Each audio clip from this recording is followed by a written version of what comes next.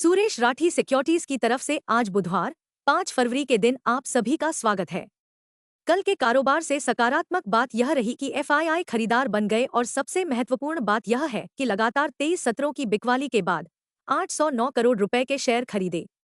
हालांकि इस साल अब तक एफआईआई ने 91,760 करोड़ रुपए की शुद्ध बिक्री की है।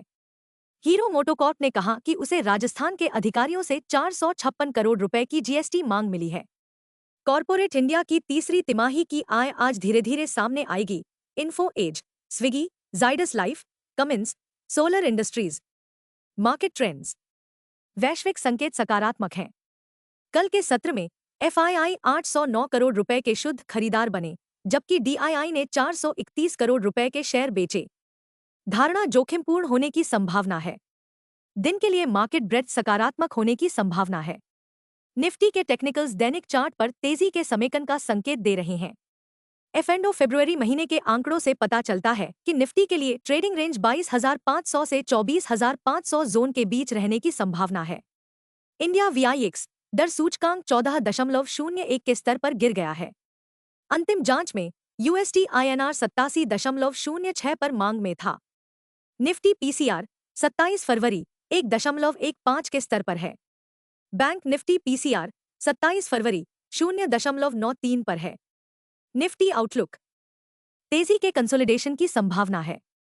निफ्टी और बैंक निफ्टी के बारे में तकनीकी जानकारियां क्या कहती हैं? Nifty CMP 23,739। निफ्टी पर सबसे बड़ा सपोर्ट 23,371 मार्क पर ही है। तत्काल इंट्राडे हर्डल 24,100 मार्क पर ही है। दिन के लिए रेंज 23,550 और 23,900 के बीच रहने की संभावना है। दिन के लिए आउटलुक न्यूट्रल है। Bank Nifty CMP 50,158। Bank Nifty का सबसे बड़ा सपोर्ट अब 48,750 मार्क पर देखा जा रहा है। बैंक निफ्टी का सबसे बड़ा हर्डल अब 50,700 मार्क क्लोजिंग बेसिस पर है। बैंक निफ्टी की दिन की रेंज 49,750 और 50,700 के बीच रहने की संभावना है। दिन के लिए आउटलुक न्यूट्रल है। बुधवार की सुबह हवा में आशावाद है, क्योंकि बुल्स कल के मजबूत समापन से सकारात्मक बैटन को वापस लेने का लक्ष्य रखते हैं।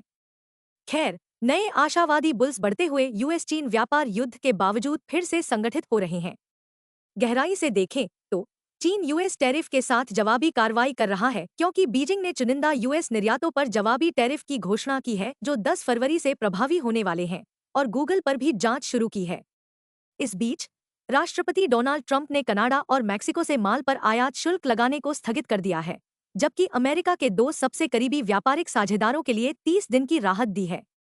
संक्षेप में, दुनिया भर के वित्तीय बाजार टैरिफ पर किसी भी तेजी से बदलते गतिशील और दुनिया की दो सबसे बड़ी अर्थव्यवस्थाओं यूएस और चीन के बीच एक लंबे व्यापार युद्ध की संभावना पर तेजी से प्रतिक्रिया करने की संभावना रखते हैं। निष्कर्ष: अस्थिरता दिन की पहचान होगी।